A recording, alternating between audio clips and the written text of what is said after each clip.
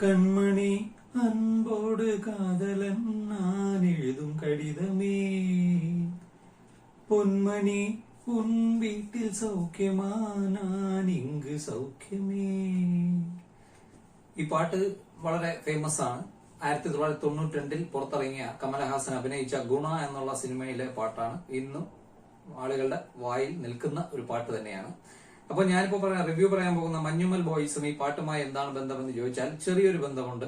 ചെറിയല്ല, കുറച്ച് കാര്യമായ ഒരു ബന്ധം തന്നെയുണ്ട്.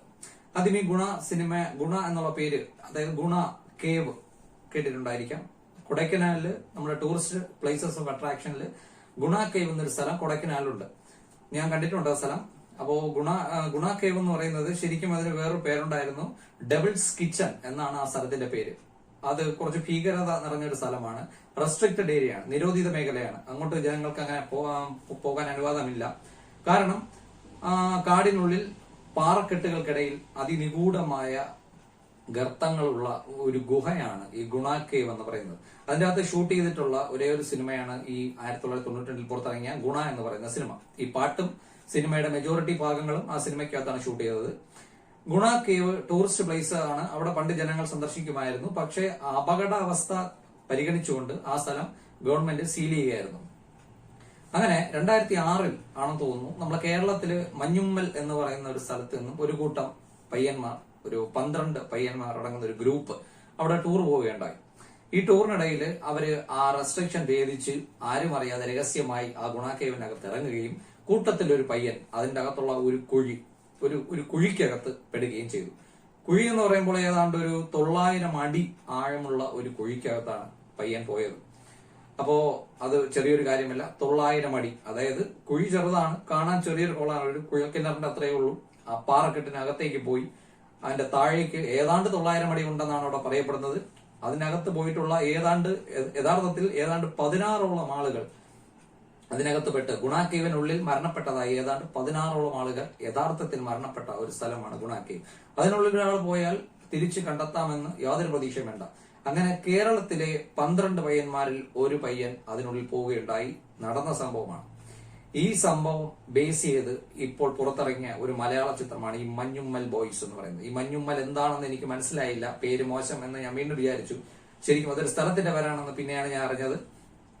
സിനിമയുടെ അഭിപ്രായം ഞാൻ ഇന്ന് കണ്ടു. എനിക്ക് വളരെ പ്രതീക്ഷ തന്ന ട്രെയിലർ ആയിരുന്നു അതിന്റെ ട്രെയിലർ.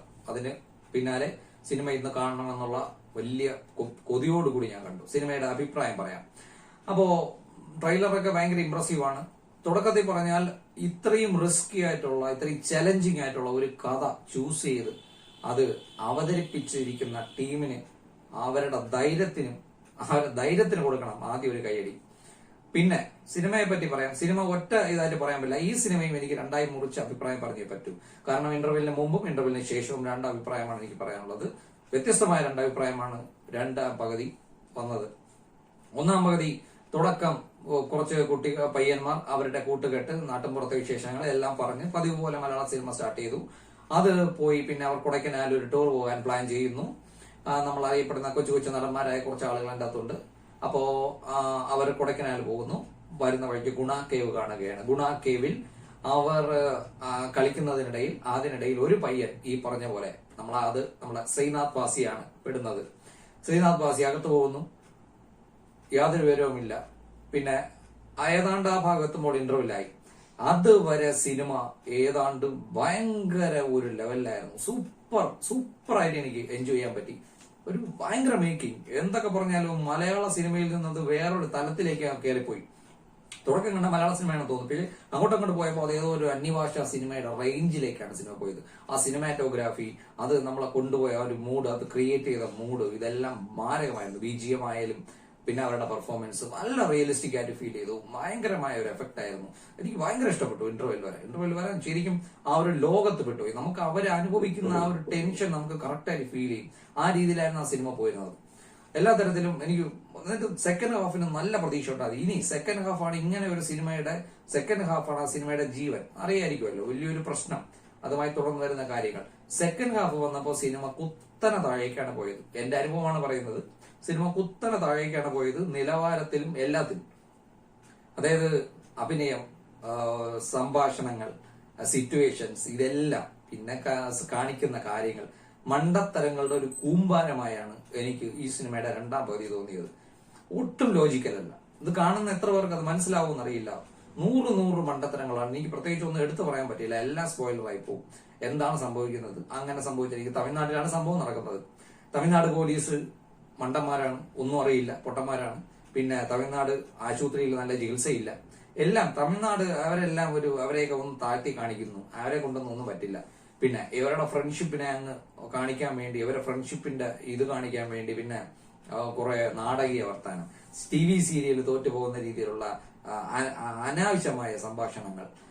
പിന്നെ എന്താ പറയാ, ഒരു വലിയൊരു ടെൻഷൻ അവിടെ നിൽക്കുകയാണ്. ഒരു കുഴിക്കകത്തൊരു പയ്യൻ പോയിട്ട് ഏതാണ്ട് മണിക്കൂറുകളെ ആയിട്ടുള്ളൂ. അവനവിടെ ജീവൻ ഉണ്ടോ ഇല്ലയോ എന്ന് പോലും അറിയില്ല. അവൻ എങ്ങനെ പുറത്തെടുക്കും ജീവനോടെ? ആ ഒരു ടെൻഷന്റെ ഇടയിൽ അവിടെ നിന്ന് സൗഹൃദം, അവൻ എന്റെ മറ്റേ ജീവനാണ്, അവനില്ലാതെ ഞങ്ങൾ പോവില്ല സാറേ, ഞങ്ങളും അതിനകത്ത് ചാടിച്ചാകും എന്നൊക്കെ പറഞ്ഞുകൊണ്ട് തീരെ ബോറായിപ്പോയി. കാരണം അങ്ങനെ ഒരു സിറ്റുവേഷൻ എന്ന് പറഞ്ഞാൽ നല്ല ടപ്പ് തന്നെ പോകണം. തമിഴ് സിനിമകളൊക്കെ കാണണം. പുറത്തുള്ള ഓരോരോ സിനിമകളുണ്ട്. മലയാളത്തിൽ വന്നിട്ടുണ്ട് സർവൈവൽ ത്രില്ലേഴ്സ്, അടിപൊളി ത്രില്ലേഴ്സ് വന്നിട്ടുണ്ട്. കാണാത്തതൊന്നുമല്ല മലയാളികൾ. സർവൈവൽ ത്രില്ലറിന്റെ സ്പീഡ്, അതാണ് ആ സിനിമയുടെ ജീവൻ എന്ന് പറയുന്നത്. നല്ല സ്പീഡിൽ അത് മൂവ് ചെയ്യണം. ഫസ്റ്റ് ഹാഫിൽ പോയത് അത് വല്ലാത്തൊരു എഫക്റ്റ് ആയിരുന്നു. സെക്കൻഡ് ഹാഫിൽ അതിന്റെ സ്പീഡ് മൊത്തത്തിൽ പോയി. സിനിമയെ വലിച്ചു നീട്ടാൻ വേണ്ടിയാണെന്ന് തോന്നുന്നു. ആവശ്യമില്ലാത്ത സംഭാഷണങ്ങളും രംഗങ്ങളും, കുറെ ഫ്ലാഷ് ബാക്ക് കാണിക്കുന്നു, ഇവരുടെ കുട്ടിക്കാലം കാണിക്കുന്നു. ഇതിന്റെ ഒന്നും ആവശ്യമില്ല. എങ്ങനെ ഈ സംഭവത്തിന് ഒരു പ്രതിവിധി എങ്ങനെ കണ്ടെത്തും?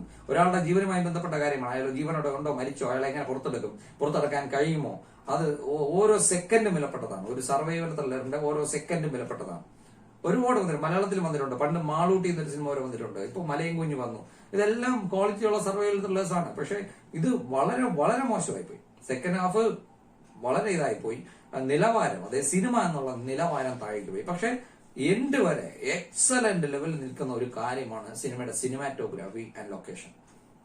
അത് സമ്മതിച്ചു കൊടുത്തേ പറ്റൂ. അങ്ങനെ ഒരു ഡേഞ്ചറസ് ആയിട്ടുള്ള ഒരു ലൊക്കേഷനിൽ വെച്ച് ഇങ്ങനെ ഒരു സിനിമ നല്ല പെർഫെക്ഷനിൽ ഷൂട്ട് ചെയ്ത് എടുത്തിട്ടുണ്ട്. അതൊക്കെ മാരകമാണ്. നമ്മുടെ ശ്രീനാഥ് വാസി കുഴിയിൽ വീഴുന്നതും ആ രംഗമൊക്കെ എന്ന് വെച്ചാൽ ഒരു രക്ഷയില്ലാതെ ചെയ്തിട്ടുണ്ട്. പിന്നെ അതിൻ്റെ അകത്ത് മഴ പെയ്യുന്നതും ഇതെല്ലാം ഭയങ്കര കലക്കിയിട്ടുണ്ട്. അത് ശരിക്കും മലയാളത്തിലെ ഒരു അടുത്ത ലെവൽ മേക്കിംഗ്, ആ ലെവൽ മേക്കിംഗ് നിൽക്കുന്നു ഏതാണ്ട്. അങ്ങനെ തന്നെ ഉറപ്പിച്ച് പറയാം, അതിലൊന്നും യാതൊരു സംശയമില്ല. എൻഡ് വരെ മേക്കിംഗ് നോ കോംപ്രമൈസ്. പിന്നെ BGM ആയാലും ഓക്കെ, അതിനൊന്നും ഒരു പ്രശ്നമില്ല. ടെക്നിക്കലി പടം കിടുവാണ്. ആ ലൊക്കേഷൻ അത് തരുന്ന ഒരു എഫക്റ്റ് ഉണ്ട്. അത് കാണുമ്പോൾ തന്നെ നമുക്ക് ഉണ്ടാക്കുന്ന ഒരു ഭയം, അതെല്ലാം കറക്റ്റായിട്ട് ക്രിയേറ്റ് ചെയ്തിട്ടുണ്ട്.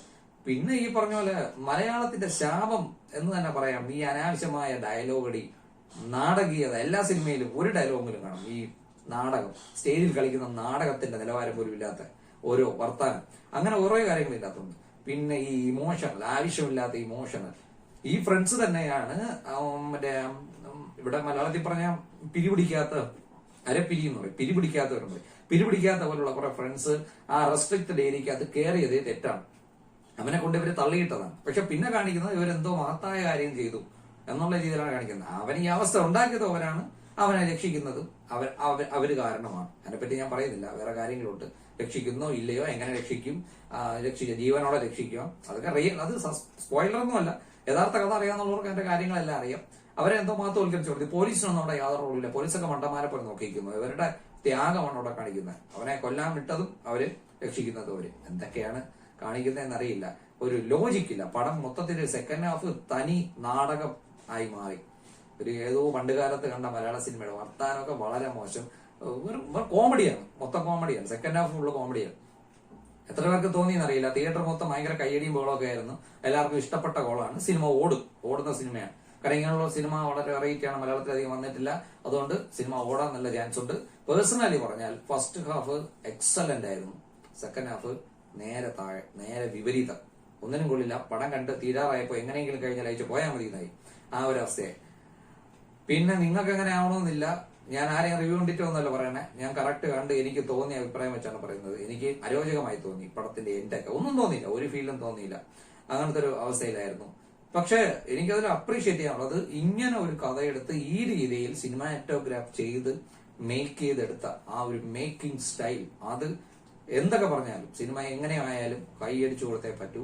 കലക്കിയിട്ടുണ്ട്.